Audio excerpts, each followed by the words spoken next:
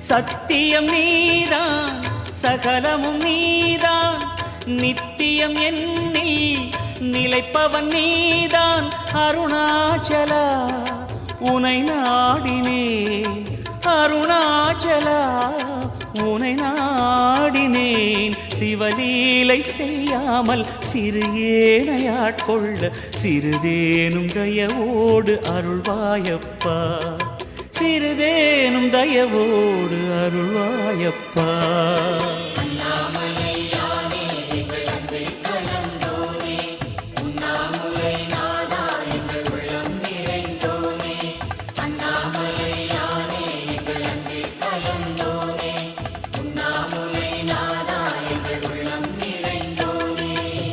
சிவமயமாக தெரிகிறதே சிந்தையில் சிவயோகம் வருகிறது.